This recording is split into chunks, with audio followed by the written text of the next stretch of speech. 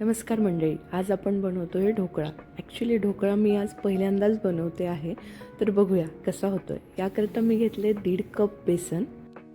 बेसन चाळून वगैरे घ्यायची काही गरज नाही आहे, मी तरी नाही घेतलं आहे. यात आता आपण घालणार आहे 2 चमचे साखर, 1 चमचा मीठ, अर्धा चमचा हळद आणि पाणी. पाणी आपण आपल्याला जी कन्सिस्टन्सी हवी आहे त्यानुसार आपण ॲड करत जाणार आहोत. इतकं पातळ मिक्सचर आपल्याला हवं आहे. आता ज्या पातेल्यामध्ये आपण ढोकळा बनवणार आहोत त्याला छानपैकी तेल लावून ग्रीस करून घ्यायचं आहे.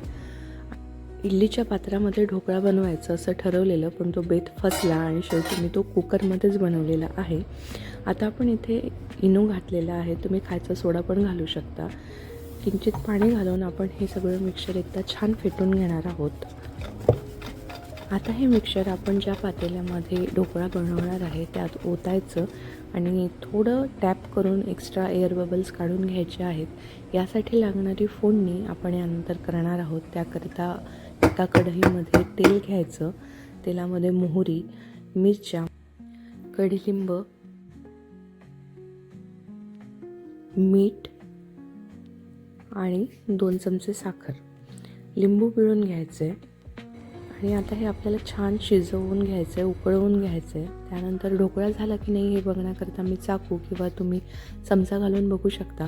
आता मात्र याला नीट थंड होऊ द्यायचं आहे. आता मात्र माझी खरी परीक्षा होती. पातेलं उलटं करून बघितलं, ढोकळा खरंच छान झाला, चवीलासुद्धा छान झाला. त्यानंतर आपण आपल्याला हवे तसे याचे काप करून घ्यायचे आणि जेवढा ढोकळा खाणार आहोत तेवढ्या ढोकळ्यावरच आपण ही फोडणी घालायची. मी मात्र सगळ्या ढोकळ्यांवर घातली. त्यानंतर तो जरा सॉगी होतो म्हणून लागेल तेवढ्याच ढोकळ्यावर पहिले फोडणी घालायची.